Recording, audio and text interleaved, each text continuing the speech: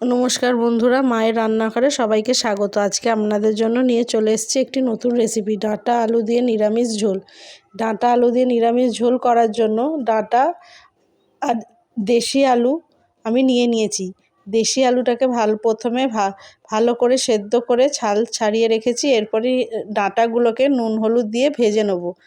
ডাঁটাগুলো ভাজা হয়ে গেলে ছাল ছাড়িয়ে রাখা সেদ্ধ আলুটাকে দিয়ে কড়াইতে নুন হলুদ দিয়ে একটু নাড়াচাড়া করে নেব।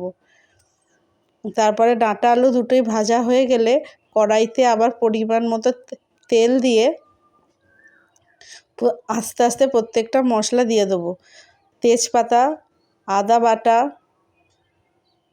জিরে বাটা, হলুদ গুঁড়ো, লঙ্কা গুঁড়ো, ধনে গুঁড়ো, প্রত্যেকটা মশলা দিয়ে ভালো করে মশলাটাকে কষাবো। এই রান্নাটা আপনারা বাড়িতে যেদিনকে নিরামিষ হবে সেই দিনকে আপনারা ট্রাই করতে পারেন। এই সময় এই ডাঁটার ঝোল, নিরামিষ ডাঁটার ঝোল খুব সুন্দর লাগবে খেতে। মশলাটা আস্তে আস্তে প্রত্যেকটা উপকরণ দিয়ে মশলাটাকে ভালো করে কষাতে থাকবো। মশলাটা কষানো হয়ে গেলে তারপরে দিয়ে দেবো একটু টমেটো কুচি। এই টমেটো কুচিটা আপনারা চাইলে মশলা কষার প্রথমেও দিতে পারেন, আমি পরে দিলাম। আপনারা চাইলে আদা বাটা দেওয়ার সাথে সাথে টমেটো কুচিটা দিয়ে দিতে পারেন। এরপর ভালো করে মশলাটাকে নাড়াচাড়া করব। দেখুন টমেটোটা এবার সেদ্ধ হয়ে এসছে এবং মশলাটাও হয়ে গেছে।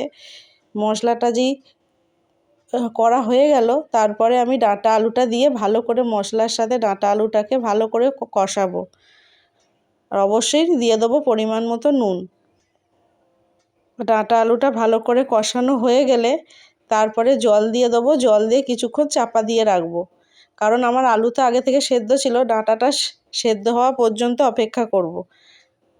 এই যে আমার ডাঁটাও সেদ্ধ হয়ে গেছে, ঝোল ডাঁটা আলুর ঝোল একদম রেডি। এইটা বাড়িতে নিরামিষ দিনে ট্রাই করে অবশ্যই জানাবেন।